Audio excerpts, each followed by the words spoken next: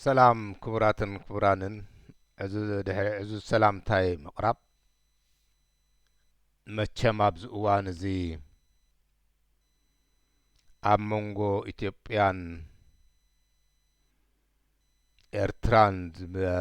ዝመጽ ዘሎ ምትፍናን ከምኡ ድማ ኣብ መንጎቶም ተጋሩ ኢትዮጵያውያን ዝርአ ዘሎ ምትፍናን ኣዝዩ ዘፍርህን ዘርዕድን እምሮ ዘለዎ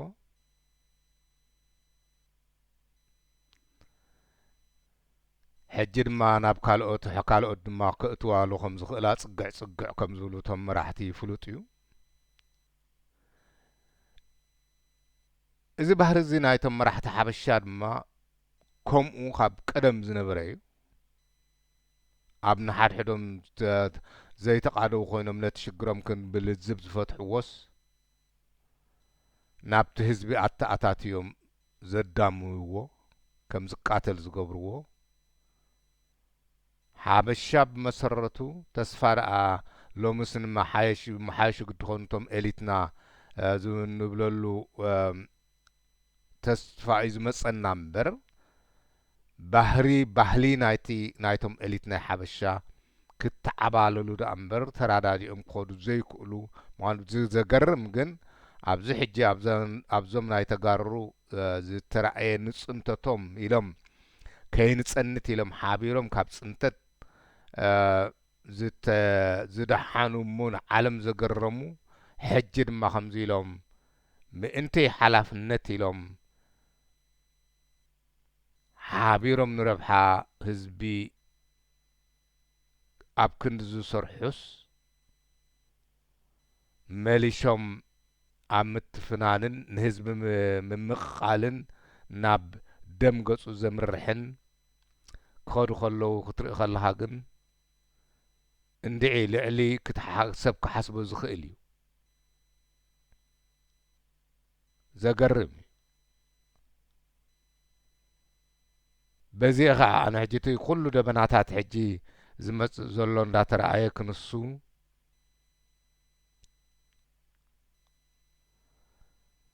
እቲ ድሕሪኡ ኸ ናይቲ ድሕሪኡ ኸ ብዙሓት ሓበሻ ሃገር ሓበሻ ኣብ ካልኦት እውን ህሉ ኸውን እዩ ዘን ዘይማዕበላ ሃገራት ክህሉ ክእል እንድዩ ግን ብዛዕባ ናይ ሓበሻ እየ ዝገብር ኣነ ሕጂ ቅሬቶም ሃንሳብ ጨናዊት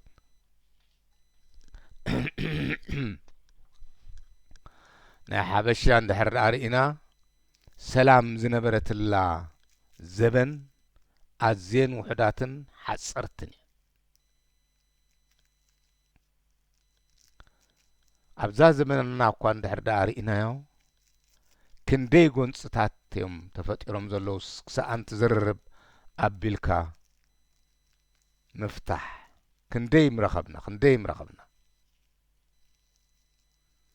ስለዚ ንኸምኡ እዚ እዞም መጻሕፍቲ ናይ ቀደም ብናይ በዓል ኣቦይ ወልደ ኣብ እውን ታዮም ኢሎም ኣቦይ ወልደ ኣብ ንኣብነቱ እዚ መንእሰይ እዚ ክበራበር ክነቅሕ ኣለዎ እምበር እንድሕር ደኣ እዚ ነቂሑ ብምጣኔ ዕብየት ብፍቕሪ ተሓባቢሩ እንተዘይሰሪሑ እቲ ኣብ ህዝብና ክርከብ ዝኽእል ክፉኡን ኣረጊትን መጺጽን ትመጺጽ እንታይ እዩ ሰላም ተራኺቡ ዘይፈልጥ ከምዚ ሕጂ ዘፍርሃና ዘሎ ንሓድሕድካ ምግጫው ከጋጭውኻ ዝኽእሉ ናይ ምፍጣር ካብዚ ልማድ እዚ ክንወፅእ ኣይንኽእልን ካብዚኣ ተደይወፂእና ድማ ዝነቕሐ መንእሰይ ካብዚ ከውፅኦ ተዘይትክኢሉ ነቲ ህዝቢ ድማ እቲ ከምዚ ዝኣመሰለ ምንቅስቓስ ተመንቂሱ እንተዘይጠፊኡ ዘሓልፈልና ኮይኑ ኣይስማዓንን። ስለዚ ኣነ ከመይ ዝብል ዘለኹ ዘሓልፈልና ኮይኑ ኣይስማዓንን ኣብ ካልእ እውን ዝበልዎ ኣሎ ንግዚኡ እኳ ዝተዓወትና እንተመለሰለና ከምዞም ናይዞም ተጋሩ ግን በናንን ጠፋእ እንዲሁ ፈስታይን እዩ ኢሎም ዝበልዎ እውን ኣሎ ካልእ መጽሓፎም ምክንያቱ እታ መጽሓፍ ብኩሉ እንትንኣ ማዕዳታትን ትምህርትን ዝመልኣ መጽሓፍ እያ። ካብዚ ብምብጋሰ ከዓ እምበር ኣነ ሕጂ እውን እዚ ምስተሓልፈኸ ሰላምን ፍቕርን ዘለዎ ንቑሕ መንእሰይ ተፈጢሩ ካብዚ መጺጽ ዝኣመሰለ ነገራት ክወፅእ ንጸብጽብ እንዶ ኣብ ተጋድሎ ሓርነት ኤርትራ ጀሚርካ ካብ ሓራካ ጀሚርካ ኣብታ ኤርትራ እንድሕር ተኸሊለ ምቕያዳል መንጠቓዲ ዝበሃል ዝነበረ ወገንካ ጌርካ መት ኣብ ውሽጥኻ ንሓድሕድካ ምቅትታል ዝነበረ ጸረ ገድሊልካ ንሓድሕድካ ምብኣት ምውጋእ ዝነበረ እዚ ኩሉ ብዙሓት ካልኦት ክጥቀሱ ዝኽእሉ እዮም። ስለዚ ካብዚሲ ከመይ ጌርና ንወፅእ ድሕሪ ዝኸ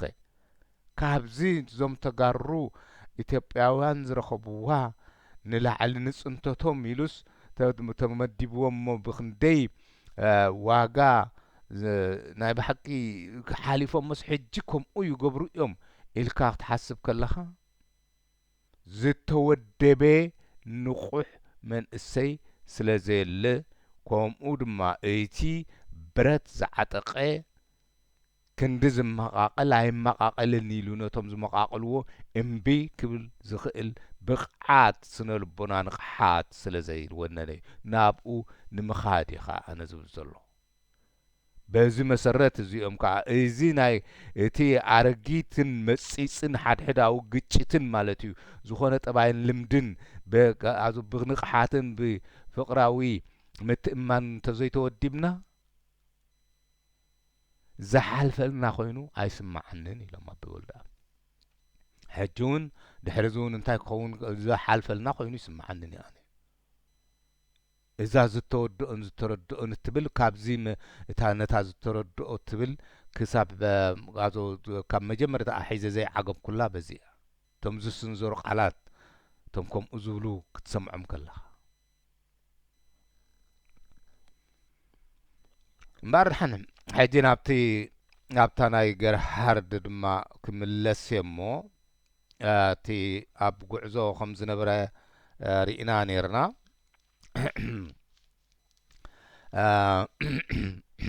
እቲ መተሓሓዚኡ ብታ ዝሓለፈት ፈነወይ ክስማዕ ዝኽእል እዩ ስለዚ እምበኣር እንታይ ዝብል ዘሎ ኣብቲ ጉዕዞኡ ኸመይ ከም ዝነበረ ይነግረና ኣሎ ኣብ መጀመርያ ጉዕዞና ብሓቂ ሕማቕ እዩ ነይሩ ንሱ ኣብዚ ድማ ኩሉ ግዜ ንምሃር ኣብቲ እዋን እቲ ዝነበረ እንታይ ይመስል ነይሩ ሕጂ ኸ ኣበይ ይመስል ነይሩ ቀንዲ ግን ሕጂ ብዛዕባ እቲ ናይ ቅርጸ መሬት እሱ ዝሪኦ ዘሎ እንድዩ እሱ ጥራሕ ዘይኮነ ሓሓሊፉ እውን ምስቲ ናብራ ምስቲ ፖለቲካዊ ስነ ልቦና ናይቲ ህዝቢ እውን ስለ ዘተሓሓዞ ማለት እየ ካብኡ ክንመሃር ንፈትን ክሳብ ድባርቕ ስእነት ነይሩና እዩ ብላ ኣሎ ብተወሳኺ ድማ እቲ ትጽቢት ናይተን ክቡራት ኣንስቲ ከም ናይቶም ካልኦት ኣይነበረን ክቡራት ኣንስቲ መፅአን ተሓዊሰናን እንዲን ኢሉ ክልተአን መስለኒ እታ ሓንቲ በዓልቲ ቤቱ ንሓደ ንደጀዝማት እያ ነይራ ኣነ ንዓኣተን በቲ ኣሳሳይ ገይረ ከም ኩሉ ሰብ ኣብ ዝረኸብ ኩሉ እንጀራን ስጋን ስዋን የሰደለን ነይረ ኢሉ ገርሃርድ ኢኹም ዝብል ዘሎ ንሳተን ግን ካብቲ ልሙድ ድንጉይ ማለት እዋኑ ድንጉይ እንተ ኢልወን ንምንታይ ደንጉ ኢሎም ዝኸሱ ቀልጢፈን እየን ሓደ ካብቶም ኣገልገልተን ናባይ ወይ ናብ ኣቶ ሽምፐር ዝሰዳ ነይረን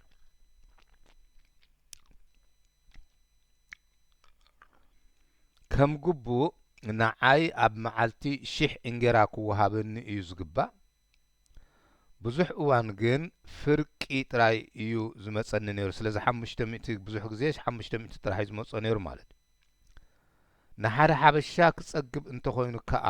ሓደ ሓበሻ ክጸግብ እንተኾይኑ ኣብ መዓልቲ 3 ጣይታ እዩ ዘድልዮ ንግሆ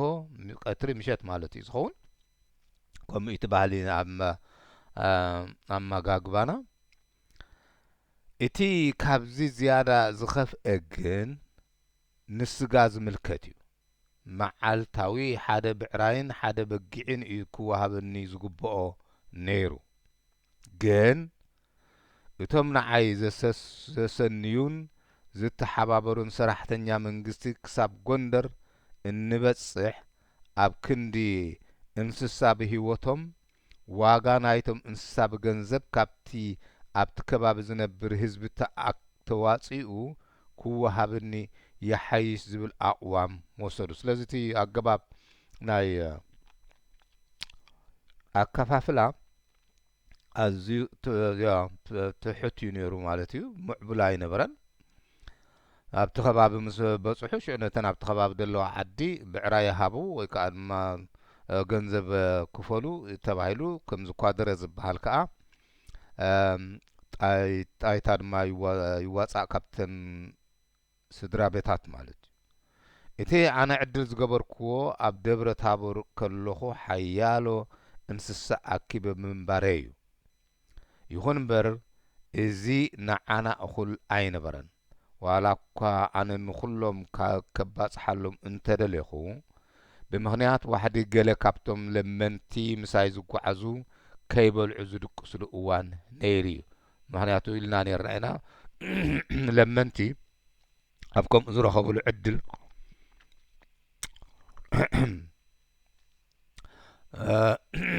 ዝበለፀ ምግቢ ስለ ዝረኽቡ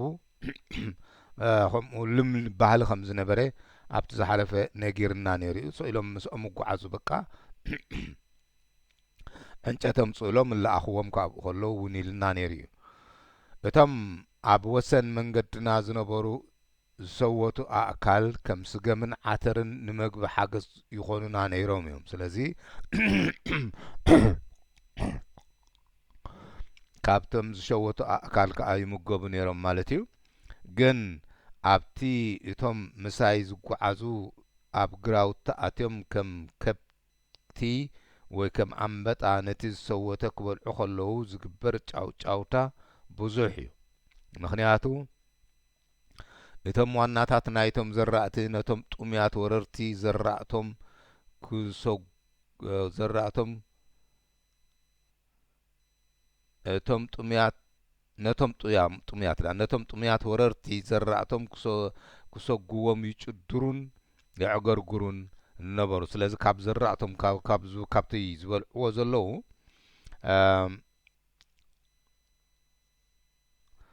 መታን ካብቲ ዘራእቶም እንዳበልዑ ማለት በልዕሎም ስለ ዘለዉ ኣንበጣ እንዲልዎም ደሎ ከዓ ከምዞም ኣንበጣን ከምትን ስለዚ ክሰግዎም ይጭድሩን يعقرقرون نباريلو بحق كم ملكع سب زوسدو أنبتا أيم كبهالو زخولو اتهم كم أنبتا نتي زرعت زوررو جين اتهم متحدرات زسنينا آمينهم نتهم متحدرات زسنينا آمينهم كيفرهو نايسب ملكع زلوم جين جبر أنبتا زقبرو يوم نيرم دسايبولو نسو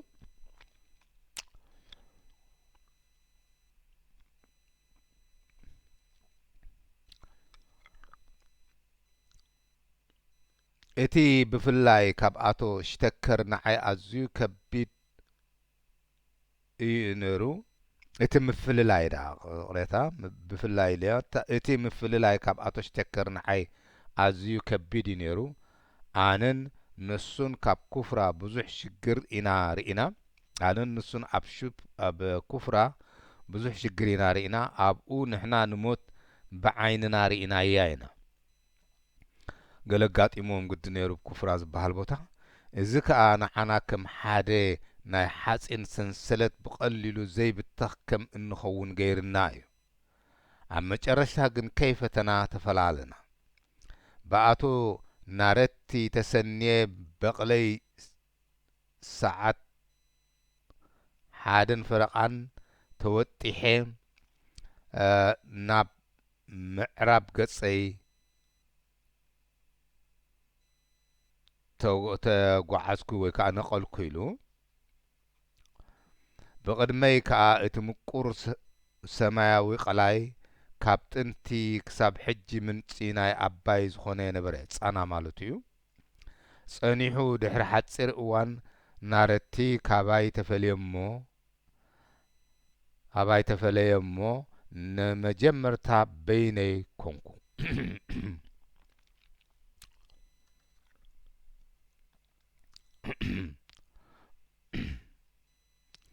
ኣብቲ እዋንቲ ኣቶ ሽምፐር ካብ ሓብቱ ንክሰናበት ፍቓድ ወሲዱ እዩ ነይሩ። እታ ሓብቱ ንሓደ ሓለቓ ናይ ቀረጽ መኽፈልቲ ሓበሻ ዝተመርዓወት እያ ነይራ። ስለዚ ሸምፐር ምናልባሽ ኤውሮጳዊ መቸን ጀርመናውን ክኸውን ይኽእል እዩ። ስለዚ ከምዚ እንዳበሉ እቲ ህዝቢ ሓበሻ ብዙሓት ፖርቱጋላውያን፣ ብዙሓት ግሪኻውያን፣ ብዙሓት ከምዚ ዝኣተው በብሓደ ካልኦት ዓሌታት ግሪኻውያን፣ ህንዳውያን ምስ ከምኡ ዝተሓናፈፀ እቲ ህዝቢ ሓበሻ ኣብታ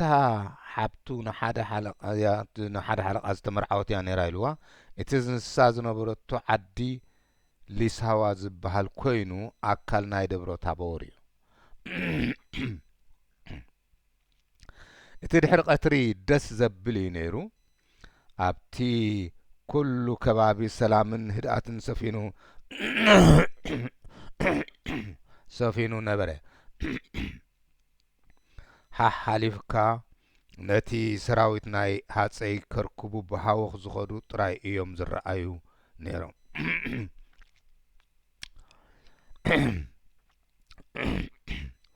ስለዚ ኣብቲ ሰብ ዳርጋ ብዙሕ ኣይነበረን፣ ጽምዋ እዩ ነይሩ እዩ ዝብሎ ዘሎ።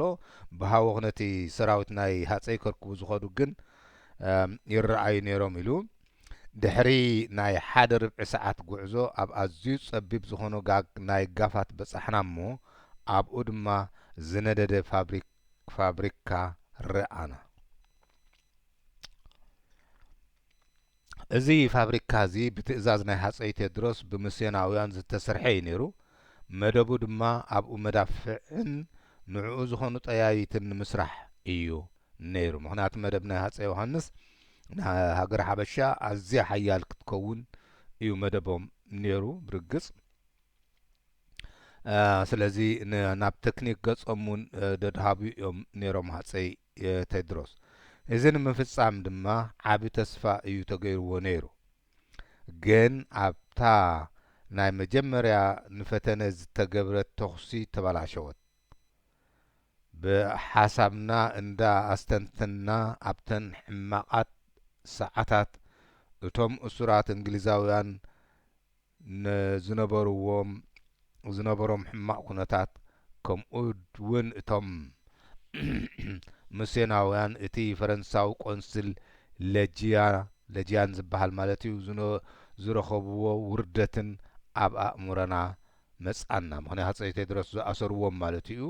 ኢሎም ብሓሳብና ሲ እቶም ኤውሮጳውያን ኣብዚ ዝረኸብዎ መከራ ብዛዕባኦም ክንሓስብ ጀመርና እዩ ዝብል ዘሎ። ሕጂ ግን ጥራይ እቲ ዑና ኣሎ። ድሕሪ ገለ ዓመታት ከኣሰር ዘይብሉ ኮይኑ ካብ ገጽ ምድሪ ክጠፍእ እዩ። ልክዕ ከምኡ እቲ ናይ ክንዲ ታሪኽካ ምዕቃብ ኣብ ሓበሻ ንሳያ ክንዲ ኣብዚ ከም ኮታስ ታሪኻዊ ናይ ብሓቂ መዳፍዕ ክሰርሑ እሞ ነቲ ሃገር ሓያል ክገብሩ ካብ ወራራት ገለ ክከላኸሉ ዝገበርዎ እቲ ኩሉ ኣብ ዓብዪ ገዳሲ ታሪኽ መባእታ ዝተገብረ ክንሱ ግን ዓንዩ። ምክንያቱ እቶም ኤሊትና ህና ክጓራፈጡ ንሓድሕዶም ተደይ ኮይኖም ከምዞም ሕጂ ብዛ ተጋሩ ንሪኣ ዘለና ዘስካሕክሕ ንምእማኑ ዘሸግረካ እዩ። ናይዞም ተጋሩ ድማ ግን ከምኡ ይትበሃልና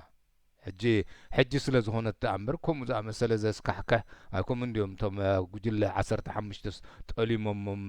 ኩሎም ከእትዎ እንታይ ድም ኣይ ብሓደ እንዲኦም ክንደይ እንዲኦም ውርደትን ገለመለ እንደኣ ሪኦም ነይሮም። ግን ተጣላሊሞም ከማም ኤሊት ናይ ሓበሻ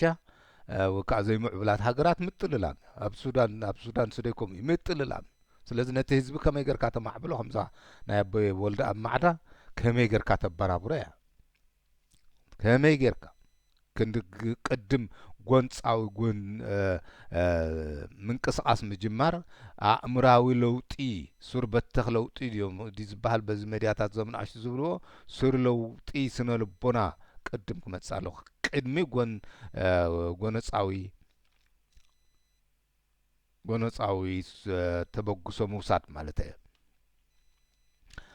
ስለዚ እምበኣር ከመይ ዘመሰለ ከም ሙዚየም ክጸንሕ ክዕቀብ ዝግብኦ ልክዕ ከምኡ እዩ ዝብል ዘሎ ሕጂ እታ ፋብሪካ መዳፍዕ ንምስራሕ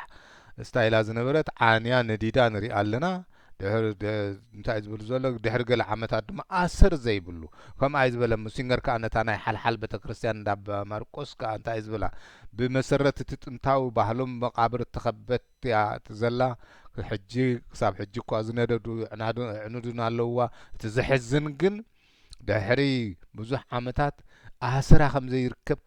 ከምዘይትዝከር ክኸውን እዩ እቲ ባህሊ ድማ ኣብዚ ልክዕ ከምኡ ክጠፍእ እሞ ዘሕዝን እዩ እዩ ዝብሎ እዚ ድማ ልክዕ ከምኡ ዘሕዝን ኣስተንቲና እዩ ዝብሎ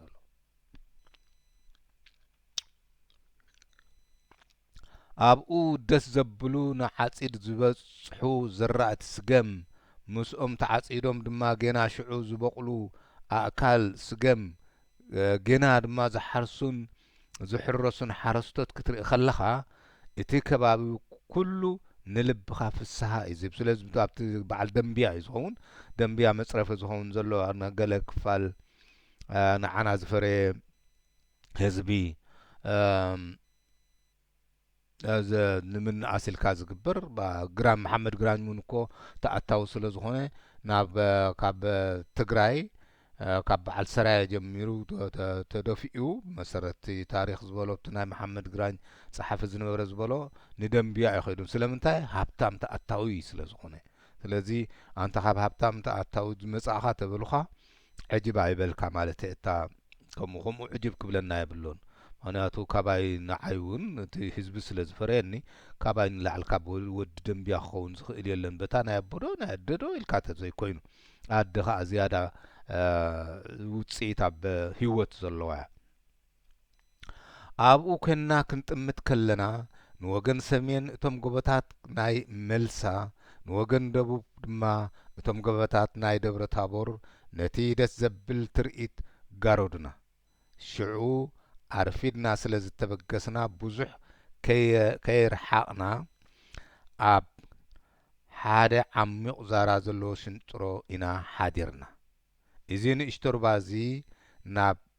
ረብ እዩ ዝፈስስ ንዓና ግን ዕፅፊ መንገዲ ተጓዒዝና እንተንኸውን መሓሸና ብቐጻሊ ምሳና ክኸዱ ዝደልዩ ሰባት መጹና ምክንያቱ ድማ ብወታሃደር ተዓጅብና ናብ ትግራይ ክንከይድ ዝኾነ ሰብ ዝሃርፎ እዩ እቲ ሽግር ግን መብዛሕትኦም ስንቂ የብሎምን ስለዚ ካብኡ እዮም ክበልዑ ማለት እዩ ካብተን 1000 ጣይታ ዝወሃቦምን ኣብ መዓልቲ ሓደ ብዕራይን ወጠጦን ስታይ ዝመ ስለዚ 1000 እዮም በፂሑ እንታይ ድበላ ኣብዚ ረኺበ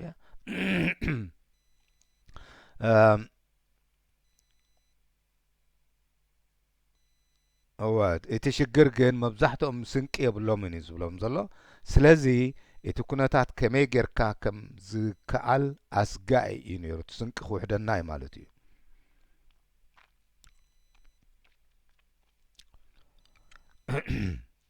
ብተወሳኺ ድማ ሓንቲ ሰማያዊ ካባ ዝገበረት ክብርቲ ሰበይቲ ናባና መጺኣ ተሓወሰት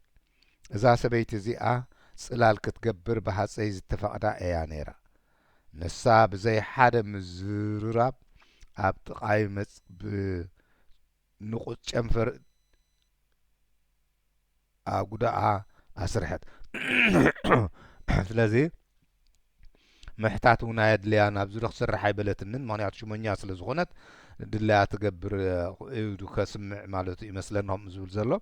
ዝኾነ ኮይኑ እንታይ ኢሉ ኣሎ ንሳ ብዘይ ሓደ ምዝርራብ ኣብ ጥቓይ ብንቑፅ ጨናፍር ኣጉዳኣ ኣስርሐት ሽምፐር እቲ ብባህሪኡ ኣብ ኣንስቲ ዓብ ኣኽብሮት ዘለዎ ድማ ነዛ ሰበይቲ ካብ ስንቅና ብግቡእ ክንቅልባ ኣለና በለኒ ኣብቲ ዝተመገብናሉ መዓልቲ ንምሸቱ ዳርጋ 1000 ዝበጽሑ ናባና ተኣከቡ ስለዚ 1000 ዝኾኑ በቃ እንዳተኣከቡ 1000 መጓዓዝቲ ምስቶም ለማኖ ኩሎም በፂሖም እብል ኣሎ ዳርጋ 1000 ዝኾኑ ብሎም ኣሎ ስለዚ እቲ ዘላቶ ሽግር ንሱ እንታይ እዩ ካብተን 1000 ጣይታን ሓደ ብዕራይን ሓደ ሓደ ወጠጦን ወይ ከዓ ሓደ ምክትን ሓንቲ ጤን ካብዚ ይከኣል ዶ ንሽሕ ክትቅልቦም እዩ ዝብል ዘሎ እቲ ዝነበርናዮ ከባቢ ኣብ መንገድና እንዳጸበቐን ዝያዳ ደስ ዘብል እንዳኾነን ይኸይድ ነበረ እቲ ጫካ ዝነበረ እንዳጠፍአ ከደ እንተኾነ እቶም ብማዕዶ ዝረኣዩ ዝነበሩ ነዋሕቲ ጎቦታት ነቶም እንጓዓዝ ኣዝዩ ኣህላኺ መንገዲ ጽበየና ከም ዘሎ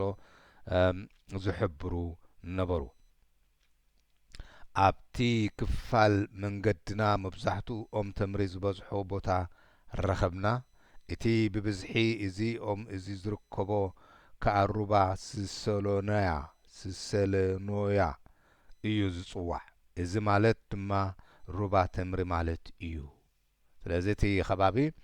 ሩባ ተምሪ ተባሂሉ ይጽዋዕ ነይሩ ማለት ድሕሪ ቀላይ ጻና ብሓፈሻ እቲ ቦታ እንዳተሓተ ዝኸይድ እኳ እንተኾነ ግን ከዓ ዓበይቲ ዝውጽኡ ዓቐበትን ቀላያት ዝበዝሕዎም ብዙሓት ጋጋትን ብሓጺሩ ኣህለኽቲ መንገድታት ነይሮሞ እዮም ኣብቲ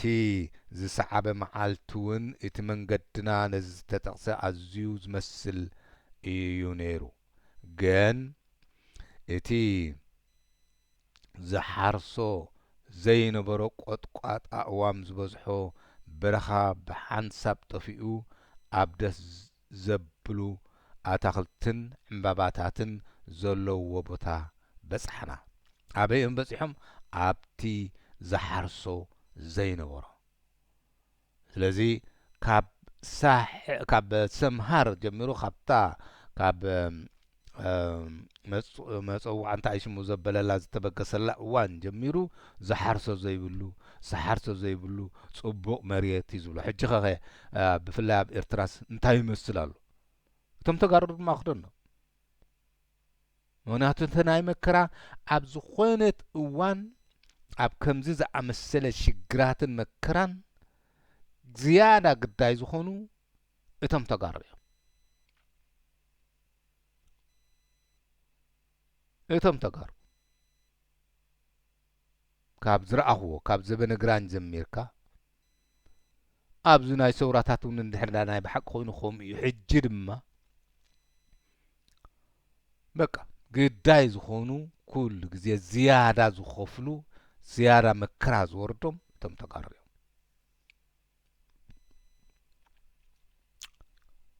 እቶም ትግረ እውን ዘይተጋሩ እዮም ምስለ ሓቂ ስለዚ ከምኡ እቲ ጉዳይ ሕጂ ስለ ዝመስሎም ግን ነታ ትግራዋይነቶም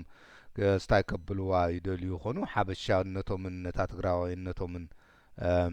ሓደ ጨንፈር ናይ ሓበሻ ናይ ተጋሩ እዮም ትግረ እቲ ስሙ ናብኡ እንዳኣሉ ዘሎ ከምዚ እዞም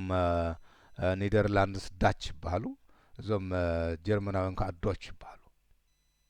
ሕጂ ነዚ እሳቶም ፈጺሞም ኣይጠልምዎን በቃ ኣይኩሕድዎን ትግረ ተጋሩ ወይ ከዓ ትግራዋይ ማለት ድማ ከምዚ ዳች ዶች ማለት እዩ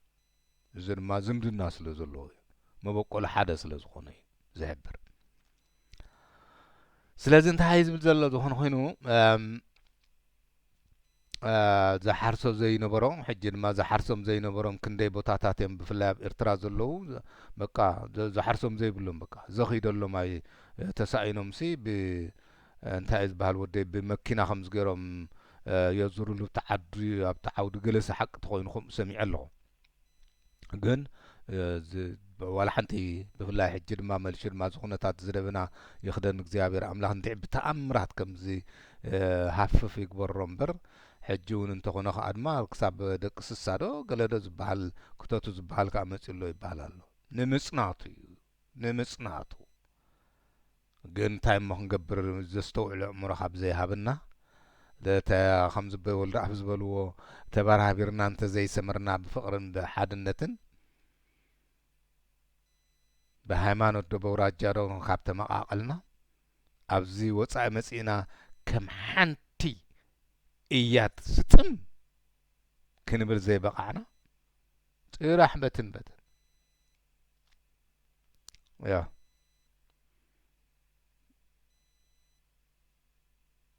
زحزن يناي بحقي እንታይ ዝብል ዘሎ እምበኣር ሕጂ እቲ ቆጥቋጥን ዝሓርሶ ዘይብሉ ግን እዚ ዝሓርሶ ዘይነበሮ ቆጥቋጥ ኣእዋም ዝበዝሖ በረኻ ብሓንሳብ ጠፊኡ ኣብ ደስ ዘብሉ ኣታኽልትን ዕምባባታትን ዘለዎ ቦታ በጻሕና ፍቐድኡ ዓበይቲ ዝዓንበቡ ጽጌረዳን ያስሚንን ነበሩ ኣብቲ ሰፊሕ ቦታ ክንጓዓዝ ከለና ደስ ዘብል ጨና ዕምባባታት ንሽትት ነበርና ኣብኡ ሰብ ከም ኣብ ጥዑም ሽትኡ ባሕሪ ዘሎ ኮይኑ እዩ ዝስምዖ ኣብ ሓቂ ዘድንቆቲ ነቲ ቦታ ናይ ሓበሻ ብመልክዑን ብቅርጸ መሬቱን ብታኽልቱን ኩሉ ድሓር ኣብ እግሪ ሓደ እምባ ጽንኮ ቦታ ሓዝና ኣብዚ ብእምባ ኣሙራ ገደል ዝፍለጥ እንባ ኣሎ ትርጉሙ ድማ እምባ ኣሙራ ዝበሃል ኣበይ ከም ዝርከብ ሕጂ እቶም ኣብቲ ከባቢ ዘለኹም ክትፈልጥዎ ትኽእሉ ኢኹም ኣብቲ ከባቢ ጎንደራት ገለ እዩ ዝኸውን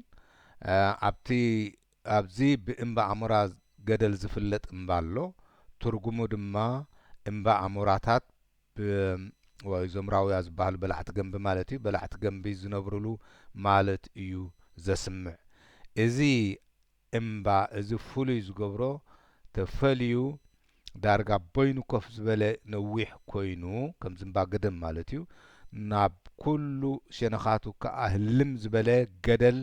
ክሕኮር ዘይከኣል ምዃኑ እዩ ኣብቲ ላዕሉ ግን እኹላት ኣግራብ ኣለውዎ እሞ ኣብኡ ድማ ብዙሓት ካብ ዝኾነ ጸላኢ ከይፈርሁ ራውያታትን ንስርን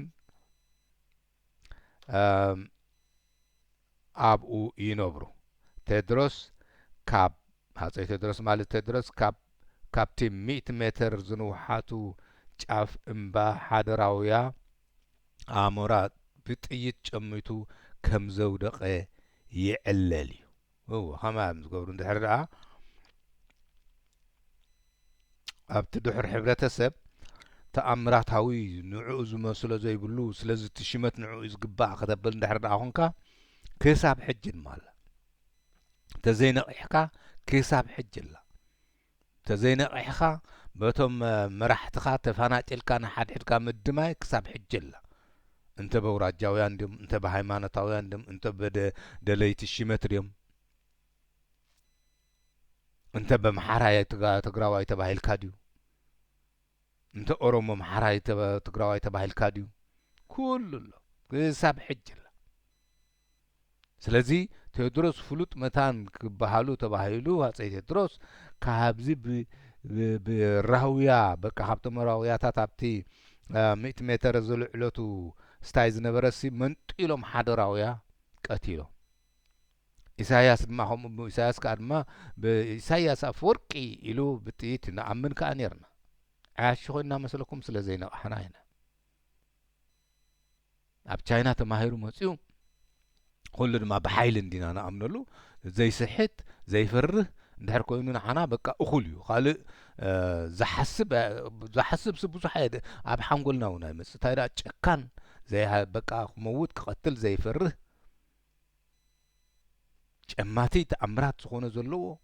ንሃይለ ስላሴ ድማ ክጽልዩ ኣብ ሓደ ኣብ እንታይ ሽሙ ኣብ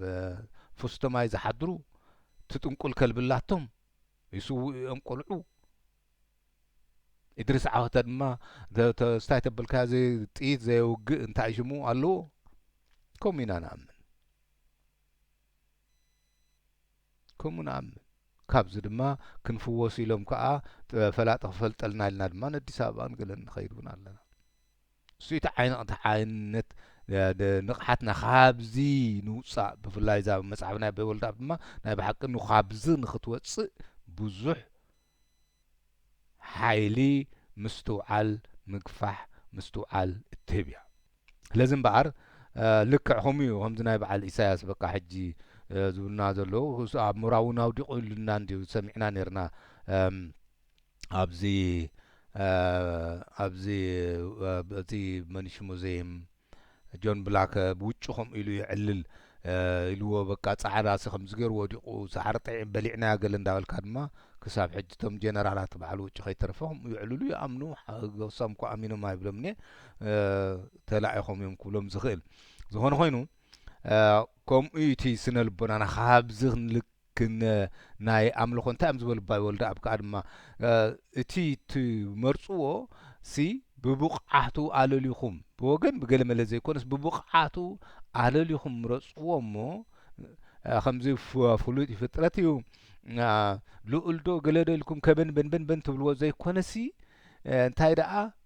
ብግቡእ ብሕጊ ተመሪሑ ክኸይድ ይኽእል እዩ ትብልዎ ምረፅዎ እሞ ደግፍዎ ከዓ እዮም ዝበሉና ዘይተኣደነ ትምህርቲ እዩ ዘለዎ እቲ መፅሓፍ ናይ ኣበይ ወልዳ ዘይተኣደነ ስለዚ እምበኣር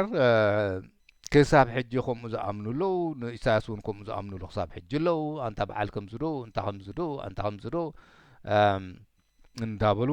ካብዚ ክንበራበር እንድሕር ደኣ ኮይንና ድማ ንንቃሕ እዩ ዘሎ ድሕሪ ዝኸ እዚ ደበና እዚ እግዚኣብሔር ኣምላኽ ብቐሊሉ ዝሓልፍ ይግበሮ ዝነፍስ ይግበሮ እዚ ዝመፅእ ዘሎ እምበር ሕጂ ናይ ብሓቂ ናይ ህይወትን ሕየትን ከይከውን ኣዝየ ኣነ ዝፈርህ ብዘይቀላሕሎም ናይ ህይወትን ህይወትን ከይትኸውን ትፈርህ ኢኻ ኣዞ ብዛዕባኡ ምሕሳብ ከማን በቃ ትፀልዖ ኢኻ ዝኾነ ኮይኑ ድሕሪ ዝኸ ንዝብል እዩ ትቐንዲ መደበ ኣነ ድሕሪ ዝኸ ከምኡ ብዙሓት እዮም ሓሊፎም መፂፅ ኢሎሞ ዘለዉ ኣረጊት ኢሎሞ ዘለዉ በይወልዲ ኣብ ከምኡ ማለት እዩ ኣብ ዝኾነ መፅሓፍ ናይ ቀደም እንድሕር ኢኻ ድማ ብጎንፂ ዝያዳ እሞ ብንዳይ እንዳኻ ውሕድቲ ሕጂ ከምዚ ዝገብርዎ ዘለዉ ኣብ እቲ ናይ ሓደ መፅሓፍ ዝነበብኩ ዋላ በይ ምዃና እንድዕ እምበሪ እቶም እንድሕር ደኣ ተሰሓሒቦም ሲ በቃ ነናቶም ጋንታ ገብሩ እሞ ዋላታት ውሕድቲ ስታይሲ ኣነ ተወፂዐ እንደ ከምዚ ግበሩኒ ክሓግዙኒ ኢላ ከምዚ በዓል ንስዑድ ገይርዎ ደሎ ሕጂ እዚ ኢሳያስ ንመንነት ናቱ ዑስማን ሳልሕ ድሽሙ ሰዲድዎ ዘሎ ሰዲድዎ ዝበሃል ናብ ስዑድ ዓረብያ ዝኸደ ዓሰብ ክህባዶ ክከላኸለሉ ዝበሃል ተወፂዐ ድርኡኒ ገለ ኣትብል እዩ ዝብላ ከምኡ እዩ ዝብላ ከምኣ ገይሮም ሕጂ ድማ ኣደኖ በዓል ሓቂ እንተኮይኑ ከዓ በዓል ጻድቃን ድማ ናብ ኣሜሪካ ከይዶም ይበሃሉ ኣለው ጥዑይ ይሕስቦም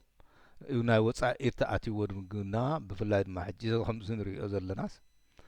ኣዞ ዘተኣማምና ኣይኮነን ዝያዳሲ ልቦና ተዝህቦም ነቶም መራሕቲ ኢኻ ክትብል ትኽእል እምበር ክዕረቑ ማለት እየ ስለዚ እምበኣር እቲ ካብቲ ኣድንቆት ናይ ቴድሮስ ስሙ ሓፍ ንምባል ስሞም ሓፍ ንምባል እዩ ካብቲ ጫፍ እምባስ ራውያ ኣውዲቑ ኢሎም ይዕልሉ ኢሉ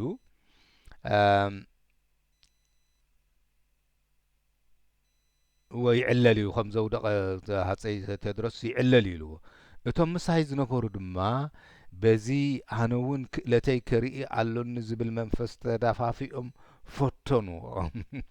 هو هاتساي تدرس قدم زغبرو انا ما خغبر ييلوم سنتم راوياتات اب تጫፍ ዝነበሩ ሲ ክቆትሉ ፈተኑ ብሎም ኣሎ ይኹን እምበር ዋላ ሓደ ካብኣቶም ከምቲ ነቲ ውሩይ ሃፀይ ዝዕለሎ ክገብር ዝኽእል ኣይተረኽቦምን ስለዚ ከምኡ እንድሕር ኣተደይ ተረኽቦም እሱ ፍሉይ ስለ ዝነበረ እዮም ዝብሉ እምበር أنت حسيت أخيتهون سئلك علال دا أخيتهون 03 بعد 3 ديات بحال بعد 3 زرق حتى دا أخيتهون أيقولون أنت هيدا كم أمينو من ديم معر هاتي تدرس سلزين بك عنا يمزولو كم يمزولو فلتي مخا زسبق مساريا زنبروم كنسوم يزولو كابنا هاتي تدرس زنبروم سي زوم حجي زفتن زولو هم هاتي تدرس كونو حادراويا كابت زبان قوة خودو أزدولي زولو زبالت مساريا ግን አይበጽሕዋን አይከአልዋን ምስመሰ አነነቲ በግብሪ በእግርዳ ምስመሰ አነ በእግሪ እቲ እምባጥዊ ኢሉ ዝኸይድ ጃሕጃሕታ እንዳተኸተልኩ ክዛወር ከለኹ ንመጀመርያ ግዜ ኣብቲ ገምገም ርባ ዝበቆለት ናይ በረኻ ኦም ባናና ርኢኹ ንሳ ኣዝያ ጽብቕቲ ደስ ዝብሉ ቀጠልያ ኣቝጽልቲ ነበርዋ እቲ ከባቢ ንምርኣዩ እንዳጸበቐ እዩ ዝኸይድ እቲ ብእሳተ ጎመራ ዝተፈጥረ መሬት ድማ እንዳሰፍሐ ይኸይድ ኣብኡ ስርናይ ስገም ዓተር ይዝሩ ካብ ዓተር እቶም ሓበሻ ጥዑም ሽሮ ዝበሃል ስብቆ ይገብሩ እዮም እቲ ሽሮ ዝበሃል ስብቆ ብፍላይ እቲ መሪር በርበረ እንተ ዘይገብሩሉ ነይሮም ዝያዳ ምመቀረ ነይሩ ነታ ንዕዳጋ ኣገዳሲት ዝኾነ ደሪታ እትበሃል ከተማ ሓውስን ሰሜንና ጌርናያ ሓለፍና እቶም ኣብዛ ከተማ እዚኣ ዝነበሩ ክሳብ ኣብ ዝሓለፈ ሓፂር እዋን ዳርጋ ኩሎም ኣስላም እዮም ዝነብሩዋ ነይሮም ግን ከምቲ ዝተባህለ ንሳቶም እውን ተጠሚቖም እዮም ሓደ ካብቶም መሰነይታይ ተለኣኽየይ ዝነበረ ወዲ 25 ዓመት እውን ብደስታ ዝበሃል ስም ተጠሚቑ እዩ ኣብዚ እዩ ሰብ ንሩባ ረብ ዝረኽቦ ንሱ ነቲ መንገዱ ኣብቲ ጸሊም መሬት ኣዕሚቑ ኩዒቱ በቲ ተሰኪምዎ ዝኸይድ ሃብታም መሬት ከዓ እቲ ማዩ ደባን ኮይኑ ነቲ ጽቡቕ መሬት ተሰኪሙ ቀስ ኢሉ በቶም ጸበብትን ዓሞቕትን ጋጋት ገይሩ ናብ ጻና ገጹ ይጓዓዝ ይብል ስለዚ ንሕጂ ኣብዚ ተኣኽለኒ ከምዚ መስል ነይሩ እታ ዝነበብክዋ ሎሚ ክሳዕ ካልኣይ ግዜ